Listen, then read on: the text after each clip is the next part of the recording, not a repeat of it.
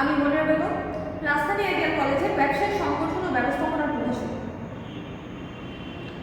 আমি আপনাদের ব্যবসায় সংগঠন ও ব্যবস্থাপনার পঞ্চম অধ্যায়ের একটি আজকে ম্যাথ করাবো। আপনাদের জন্য ক্লাসে বলে দিয়েছিলাম যে ম্যাথটা করাবো, আজকে আমি সেই ম্যাথটাই আপনাদের তা নিয়ে আসলে আলোচনা করব। সেটা হলো ঢাকা বোর্ড 2016। কত? ঢাকা বোর্ড 2016। প্রশ্নটা আমি একটু বলছি, প্রশ্নটা একটু আপনাদের পড়ে শোনাচ্ছি। তা হলো মাহি 7 জন উদ্যোক্তা নিয়ে পদ্মা লিমিটেড নামে একটি যৌথ মূলধনী কোম্পানি গঠন করে। মাহি 7 জন উদ্যোক্তা নিয়ে পদ্মা লিমিটেড নামে একটি যৌথ মূলধনী কোম্পানি গঠন করে। কোম্পানির স্মারকলিপিতে, আমরা স্মারকলিপি বলতে কি বুঝি? স্মারকলিপি হলো কোম্পানির এক ধরনের দলিল, যেখানে কোম্পানির সকল ধরনের জিনিস সেখানে উল্লেখ থাকে। তাহলে কোম্পানির স্মারকলিপিতে 20 কোটি টাকা মূলধনের কথা উল্লেখ করা হয়েছে। কত? 20 কোটি টাকার কথা উল্লেখ করা হয়েছে।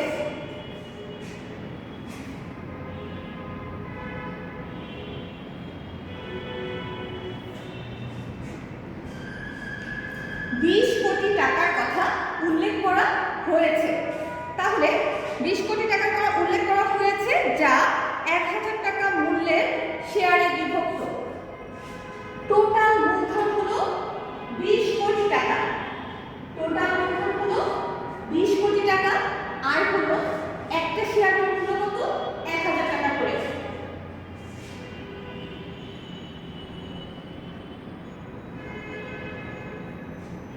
পার শেয়ার 1000 টাকা। পার শেয়ার কত? 1000 টাকা করে বিভক্ত। তাহলে এখানে বলা হয়েছে কোম্পানি গঠনের 5 বছর পর মেঘনা লিমিটেড কোম্পানি পদ্মা লিমিটেড কোম্পানির 55% শেয়ার কিনে নেয়। মেঘনা লিমিটেড কোম্পানি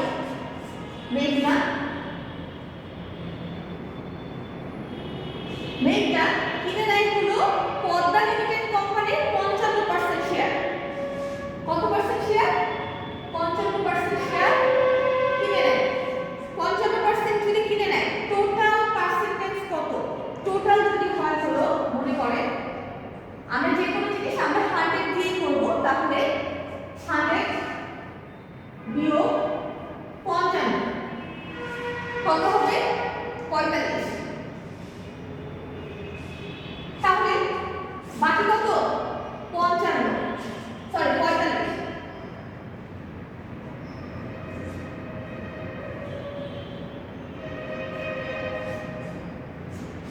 পদ্মা হলো 45%। তাহলে অঙ্কের যে প্রশ্ন অনুযায়ী আমরা যতটুকু বুঝলাম, টোটাল অ্যামাউন্ট হলো 20 কোটি টাকা, যার হলো পার শেয়ারের মূল্য হলো 1000 টাকা। আর হলো মেঘনা কিনে নেয় পদ্মা লিমিটেডের কাছ থেকে 55% শেয়ার। আর হলো পদ্মার তাহলে বাকি থাকে হলো 45%। আচ্ছা, ফলে মেঘনা লিমিটেড কোম্পানি পদ্মা লিমিটেড কোম্পানির অধিকাংশ পরিচালক নিয়োগের ক্ষমতা লাভ করে। প্রশ্ন হলো গয়ের প্রশ্ন হলো যে এখানে আছে হলো সূত্রের সাহায্যে পদ্মা লিমিটেড কোম্পানির বর্তমান শেয়ার সংখ্যা নির্ণয় করো। সূত্রের সাহায্যে পদ্মা লিমিটেড কোম্পানির বর্তমান শেয়ার সংখ্যা উল্লেখ করো বা নির্ণয় করো। আর হলো পদ্মা লিমিটেড কোম্পানি মেঘনা লিমিটেড কোম্পানির পার্থক্য বিশ্লেষণ করো।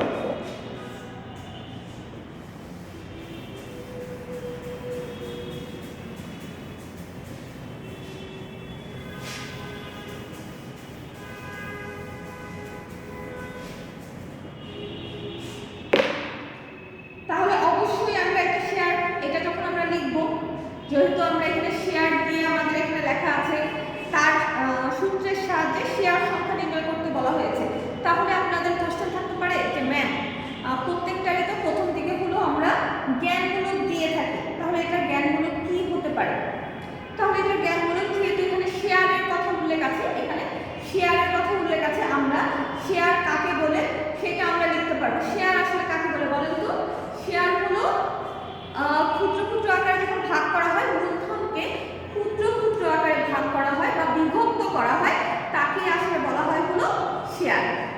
এটা লেখার পর আমরা ডাইরেক্ট অঙ্কে চলে যাব যে পদ্মা লিমিটেডের কোম্পানির স্মারকলিপিতে আছে কত 20 কোটি টাকা।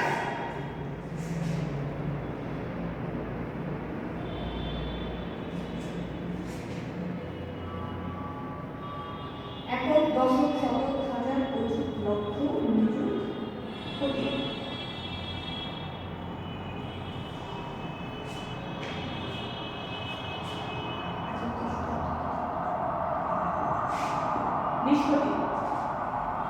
বিশ কোটি টাকা আছে।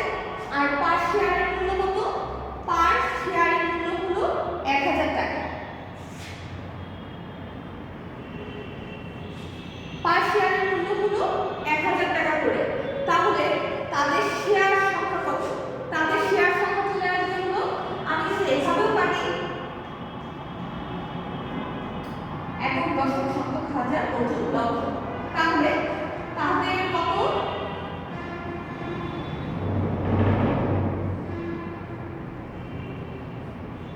পার হলো 2 লক্ষ টাকা। 2 লক্ষ টাকা তাদের হলো পার। পার শেয়ার হলো তার কত? 2 লক্ষ টাকা। তাহলে 2 লক্ষ টাকা আমরা পেয়ে গেলাম। এখন হলো এখান থেকে আমরা বের করব কি? আমরা এখান থেকে বের করব হলো মেঘনা লিমিটেডের কত পার্সেন্ট আর হলো পদ্মা লিমিটেডের হলো কত পার্সেন্ট। আমরা একটু আগে আমরা জেনেছি যে মেঘনার হলো 55%। মেঘনার যদি 55% হয়, আমরা শেয়ার সংখ্যা এখানে পেয়ে গেলাম। আমরা শেয়ার সংখ্যা কত পেয়ে গেলাম? 2 লক্ষ টাকা। আমরা এই নিচে কিন্তু লিখব, আমি মুছে দিচ্ছি, জায়গা হচ্ছে না দেখে আমি মুছে দিব। আপনারা এই প্রথমে আগে কথাটা লিখবেন, কথা লিখে অঙ্কটা এইভাবে করবেন, ঠিক আছে? এরপর হলো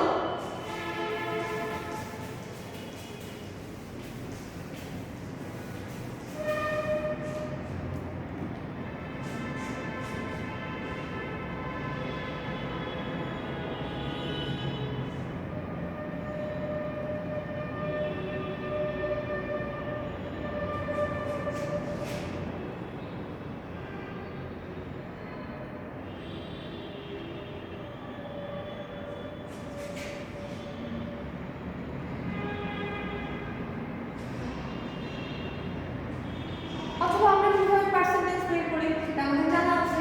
আমরা ডাইরেক্ট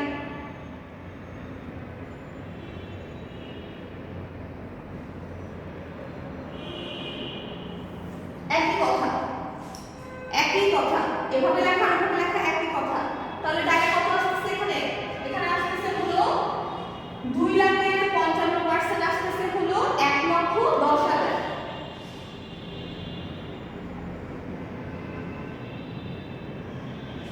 তাহলে আমাদের এখানে শেয়ার সংখ্যা কয়টি আসছে? 1,10,000। আর হলো এখন যদি পদ্মাটা বের করে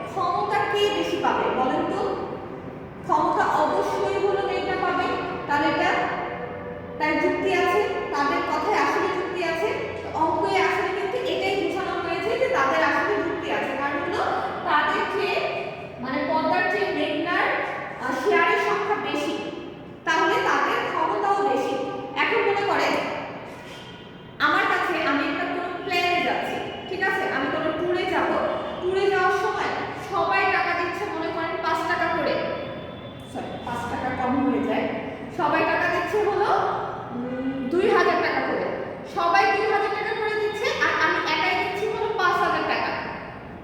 সবাই দিচ্ছে 2000 টাকা করে আর আমি একা দেবো হলো 5000 টাকা। তখন আমি যদি কোনো কথা বলি বা আমার কোনো ডিসিশন যদি আমি এখানে জানাই, অবশ্যই সবার থেকে আমার ডিসিশনের মূল্যায়ন বেশি করা হবে।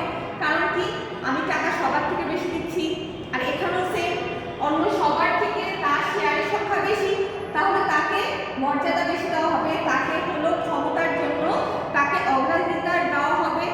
তাহলে কি যৌতিকটা? অবশ্যই। তাহলে আমরা এখান থেকে এই ম্যাথের মোস্ট ইম্পর্টেন্ট পার্টটা সেটা আমরা জানতে পারলাম।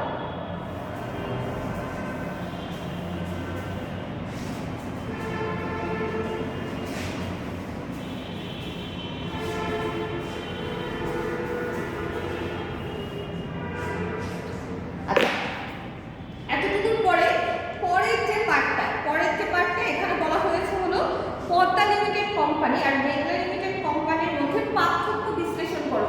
এখানে পার্থক্য কিন্তু সংখ্যার পার্থক্য বলা হয়নি, এখানে কিন্তু সংখ্যার পার্থক্য বলা হয়নি। আপনাদের যদি এরকম যদি থাকে যে 1,90,000 তাহলে সর্বোচ্চ কত? 20,000 টাকা তাদের মাঝে, মানে 20,000-এর সংখ্যার পার্থক্য। আসলে কিন্তু অঙ্কে কিন্তু এটা বলা হয়নি। আপনারা যদি এটা দেখেন এটা ডাইরেক্ট ভুল। এখানে আপনাদের যখন আমি ক্লাস নিয়েছিলাম তখন অবশ্যই কোনটা সাবসিডিয়ারি আর কোনটা হলো হোল্ডিং ব্যবসা এটা নিয়ে কিন্তু আমি আলোচনা করেছিলাম।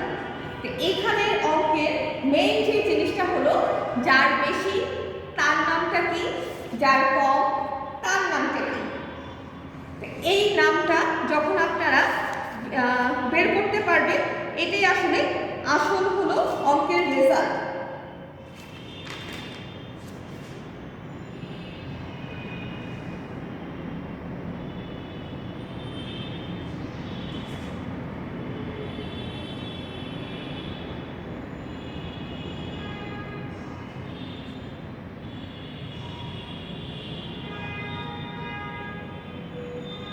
আচ্ছা, তাহলে অ্যানসার তাহলে কি হবে বলেন? যার বেশি, যার শেয়ার সংখ্যা বেশি, যার শেয়ার সংখ্যা বেশি তাকে আসলে আমরা কি বলে থাকি? আপনারা এই জিনিসটা অনেক ভালো করে পড়ে আসছে যে যার শেয়ার সংখ্যা বেশি তাকে আসলে কি বলা হয়? তাকে বলা হয় হলো হোল্ডিং। টোটাল মনে করে শেয়ার সংখ্যা আমরা 100 দিয়ে সবসময় করে থাকি। আমরা যখন পার্সেন্টেজ বের করি 100 থেকেই কিন্তু আমরা বের করি, 100 দিয়ে আমরা ভাগ করি, বিয়োগ করি, সব কিন্তু আমরা 100 থেকেই বের করি। তো শেয়ার সংখ্যা যদি মনে করে যে একজনের হলো 55%, তাহলে তার নাম কি হয়ে যাবে? যেহেতু 50%-এর অধিক, 50%-এর অধিক হবে তখন তার নাম হয়ে যাবে কি? হোল্ডিং। তার নাম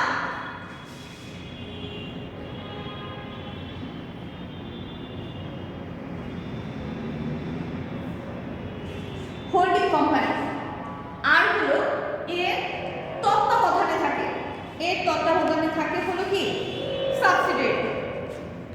তাহলে সাবসিডিয়ারি আসলে কি জিনিস? সাবসিডিয়ারি হলো হোল্ডিং এর আওতায় থাকে বা নিম্নস্থ থাকে, তাকে আসলে বলা হয় কি? সাবসিডিয়ারি।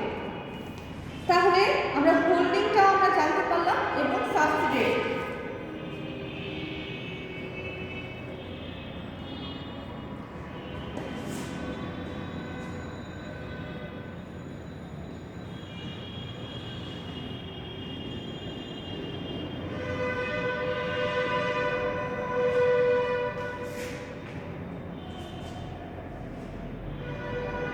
আচ্ছা, সাবসিডিয়ারি, তাহলে এটার নাম হলো হোল্ডিং কোম্পানি, সাবসিডিয়ারি কোম্পানি। ওকে, হোল্ডিং কোম্পানি সম্পর্কেও জানলাম, সাবসিডিয়ারি কোম্পানি সম্পর্কেও আমরা জানলাম। তাহলে যেহেতু হোল্ডিং এর নামটা কি? মেঘনা, আমাদের এটি বিশ্লেষণ করতে বলা হয়েছিল। আর পদ্মার নাম হলো সাবসিডিয়ারি। এই জিনিসটা আপনাদের বের করতে বলা হয়েছে। তাহলে অঙ্কটাতে আমরা ঠিকমতো বুঝতে পারলাম যে অঙ্কে আসলে কি বলা হয়েছে, যে অঙ্কে হলো টোটাল অ্যামাউন্টটা হলো 20 কোটি টাকা টোটাল অ্যামাউন্ট, তাহলে টোটাল মূলধন হলো 20 কোটি টাকা, যার প্রত্যেকটা শেয়ারের মূল্য, শেয়ার সংখ্যা এখানে উল্লেখ করা নাই, শেয়ার সংখ্যা এখানে উল্লেখ করা নাই, কিন্তু এখানে একটা শেয়ারের মূল্য দেওয়া আছে হলো কত, একটা শেয়ারের মূল্য দেওয়া আছে হলো 1000 টাকা, 1000 টাকা। তাহলে ওই 1000 টাকা থেকেই আমরা বের করতে পারছি হলো টোটাল সংখ্যা। কিভাবে আমরা বের করেছি, 20 কোটি টাকা থেকে আমরা 1000 টাকা যখন আমরা ভাগ করে দিব, 20 কোটি টাকা থেকে যখন আমরা 1000 টাকা ভাগ করে দিব, সেটাকে আমরা তাহলে পেয়ে যাব কত, পেয়ে যাব হলো শেয়ার সংখ্যা পেয়ে যাব, আমরা সেখান থেকে পেয়ে যাব হলো শেয়ার সংখ্যা। তো শেয়ার সংখ্যা কত, শেয়ার সংখ্যা হলো 2 লক্ষ টাকা। তাহলে আমরা 2 লক্ষ টাকা পেয়ে গেলাম। সেই 2 লক্ষ টাকা থেকে 2 লক্ষ টাকার মধ্যে 55% এর আসলে কত হয়, 55% এর হয় হলো 1,10,000। আমরা সেই 2 লক্ষ টাকা থেকে আমরা 55% বের করেছি, আর সেই 2 লক্ষ টাকা থেকে আমরা 45% বের করেছি। তাহলে প্রথমটাই হচ্ছে 1,10,000, পরেরটাই হচ্ছে হলো 90,000। আমরা এই দুটোও বের করেছি। এর পরের যে প্রশ্নটা ছিল যে তাদের নিয়োগ দানের ক্ষমতা আছে কিনা, পদ্মা লিমিটেডের নিয়োগ দানের ক্ষমতা আছে কিনা, অবশ্যই আছে।